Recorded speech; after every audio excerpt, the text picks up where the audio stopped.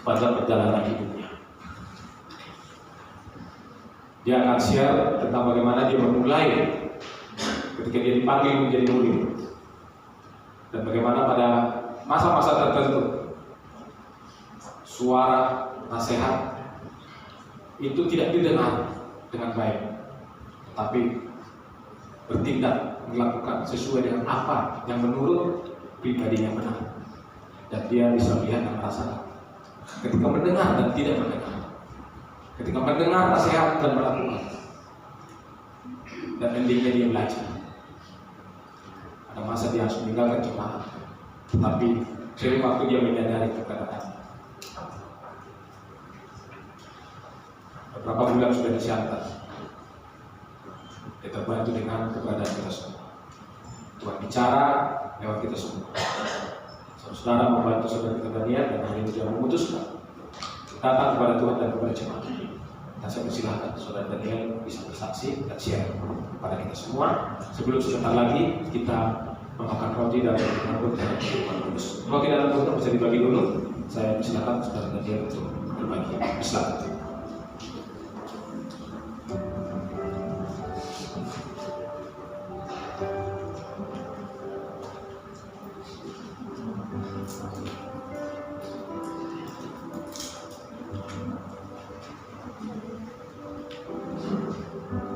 Salam jemaat yang dikasihi Tuhan.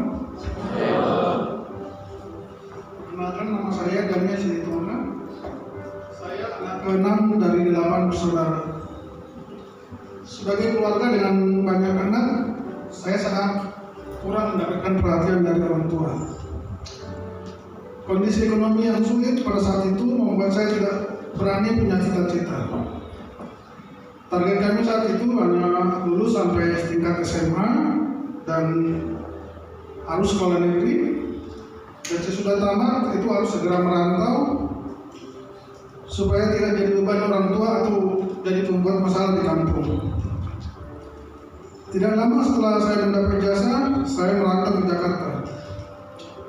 Tiba di Jakarta, saya langsung diajak kakak saya yang sudah terlebih dahulu jadi murid untuk beribadah di jemaat yang ada di Jakarta.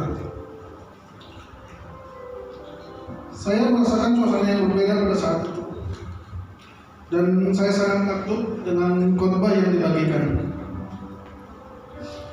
Setahun kemudian saya mulai belajar Alkitab dan memberi diri dibaptis. Saya sangat bersuka cita dengan hidup saya yang baru. Tapi lama-kelamaan saya mulai merasa ruang gerak saya mulai terbatas. Saya juga mulai fokus dengan kelemahan dan kekurangan orang lain, dan itu membuat pandangan saya mulai negatif. Hal itu sangat merusak hati saya, dan akhirnya saya memberontak dan saya memutuskan untuk keluar dari jemaat. Saya juga mengajak saudari yang sekarang menjadi istri saya. Saya bilang kita keluar saja dan cari gereja lain. Kita masih bisa melayani gereja lain dan bertumbuh. Akhirnya kami keluar dari jemaat dan pindah ke gereja lain. Kami aktif beribadah, dan tetapi saya selalu merasa tidak cocok. Kami jadi sering pindah-pindah gereja, tapi tidak ada yang pas di hati saya. Saya selalu menemukan hal yang tidak sesuai dengan apa yang saya pelajari sebelumnya. Hal itu membuat saya jadi malas ke gereja. Kami jadi sering bertengkar di hari Minggu. Istri saya juga sering menangis dan memohon supaya saya mau ke gereja. Terserah saya mau ke gereja yang mana aja. Dalam kehidupan rumah tangga, kami juga mengalami hal yang menyakitkan. Hampir setiap tahun, istri saya harus dirawat di rumah sakit karena kondisi kandungan yang lemah atau karena sakit. Untuk mendapatkan anak, kami harus melalui perjuangan yang berat, penuh dengan rasa sakit dan juga biaya yang tidak sedikit. Dalam usaha saya juga bekerja tanpa mempedulikan keselamatan saya. Bahkan saya berkali-kali tertidur pada saat mengemudi karena tubuh yang sudah terlalu lelah. Hal itu membuat saya percaya bahwa Tuhan menjaga saya dan berikan saya tetap hidup karena Tuhan punya rencana yang besar dengan saya. Namun pada saat itu saya belum tahu rencana seperti apa itu.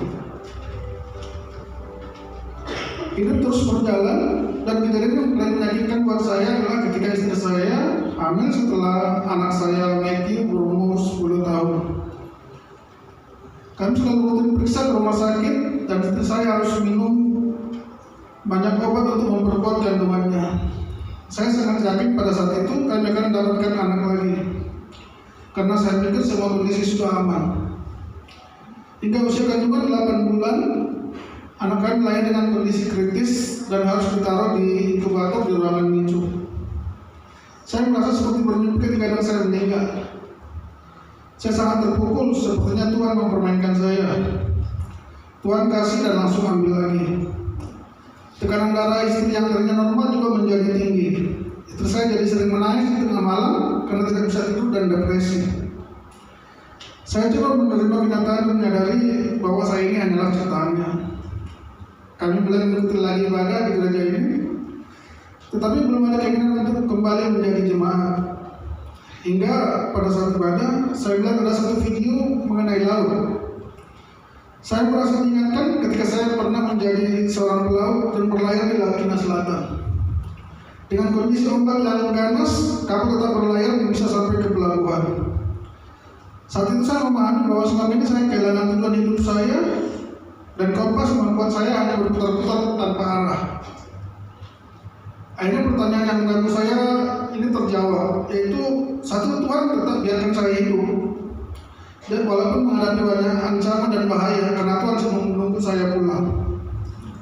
Yang kedua, Tuhan izinkan saya mengalami berbagai macam penderitaan, karena Tuhan memilih saya dari sekian banyak orang untuk menjadi alat untuk menunjukkan kemuliaan-Nya. Arti salib buat saya adalah kompas dan tujuan. Sama seperti Yesus yang adalah Tuhan, mau turun ke dunia dan menjadi manusia, disalibkan, mati dan bangkit lagi untuk menyelamatkan saya. Saya juga harus mengikuti tujuan itu.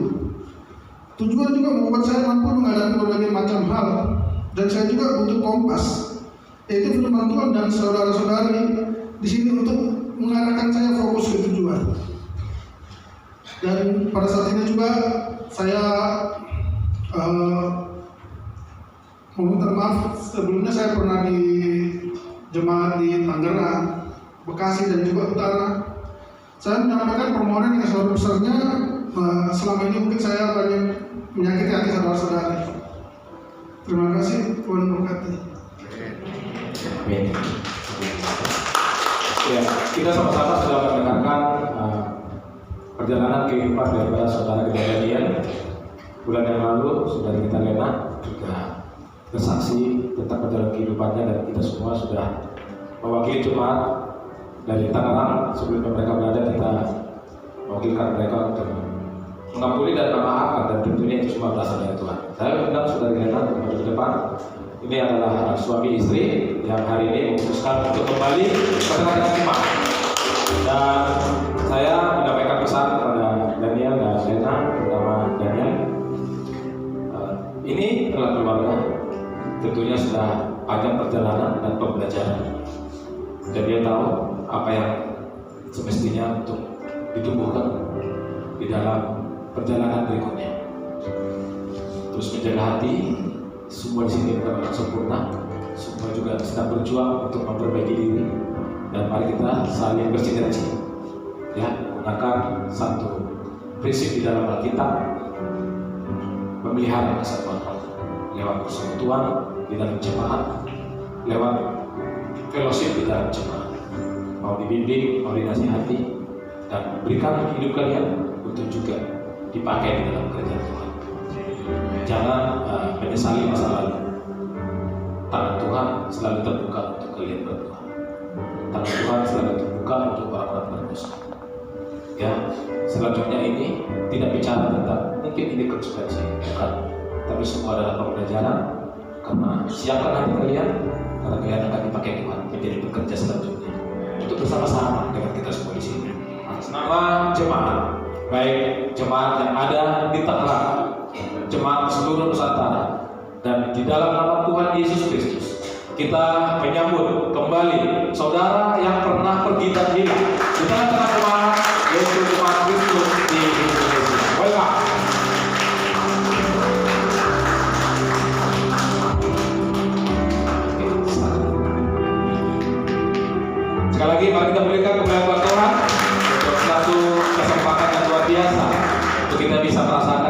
Tuhan begitu besar kepada kita semua. Amin. Nah, saat ini kita akan mengingat kasih Tuhan melalui perjamuan kudus,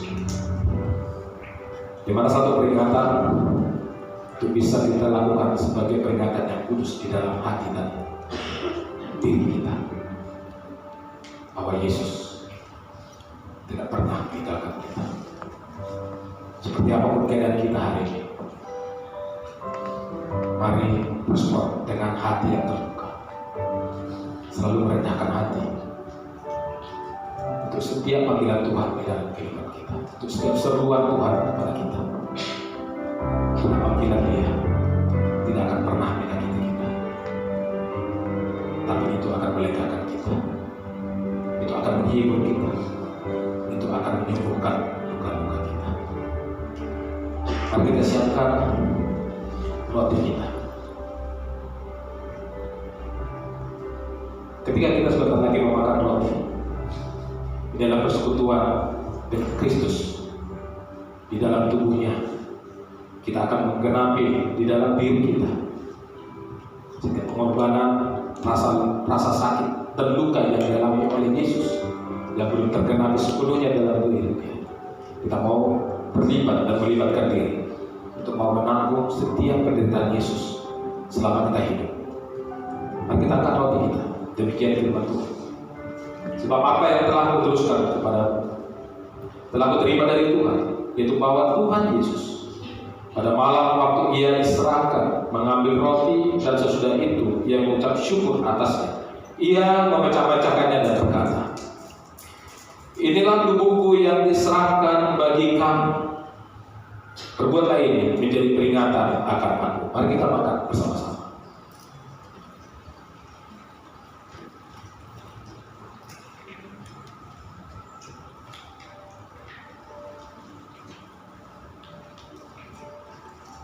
Kita persiapkan anggur. Demikian juga yang mengambil cawan sesudah makan lalu berkata, "Mari kita angkat cawan bersama." Cawan ini adalah perjanjian baru yang dimateraikan oleh darah. Perbuatlah ini setiap kali kamu meminumnya menjadi peringatan akan aku. Kita minum bersama-sama.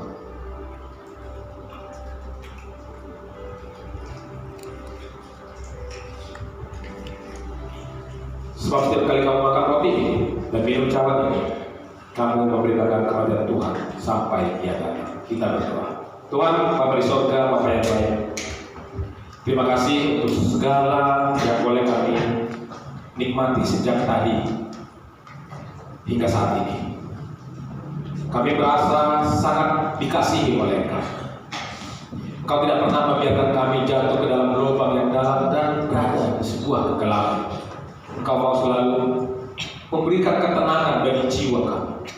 Engkau selalu mau menghibur kami, dan Engkau selalu mau mengangkat kami, dan Engkau mau selalu membawa kami kepada tempat di mana kami boleh merasakan bahwa Tuhan yang hidup tetap hidup dulu, sekarang, dan selama-lamanya. Hari ini kami boleh mendengarkan firman-Mu, mengingatkan dan menegur hati kami. Biarlah kami boleh merasakan semua teguran hari ini sebagai bukti kasih daripada Engkau, supaya kami pulang menjadi pribadi yang mengerti arti mendengar, arti mengerti, dan arti bagaimana kami hidup atas pengertian itu. Baru saja kami merayakan satu peringatan yang kudus melalui perjamuan, di mana kami memakan roti dan meminum anggur, untuk kami mengingat satu perjanjian kembali untuk mau hidup seperti yang Kau perintahkan. Bukan hanya menikmati keselamatan, tapi memberitakan keselamatan.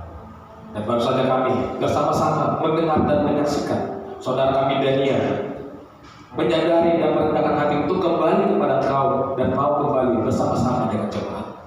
Berkati dia, supaya dia terus Tuhan Kau pelihara secara iman, keyakinan, dan pengharapan. Dan dia boleh terus mengasihi Kau, mengasihi jemaat, dan dia terus akan melewati satu proses pertumbuhan pemurnian yang lebih lagi, supaya Kau pakai menjadi alat yang luar biasa untuk kemuliaan bagi nama. Terima kasih Bapak untuk semuanya. Kami mau lanjutkan ibadah kami ini. Biarlah semuanya berkenan kepadamu dan memuliakan nama-Mu dalam nama Yesus. Kami berdoa dan mengucap syukur kepada-Mu. Amin.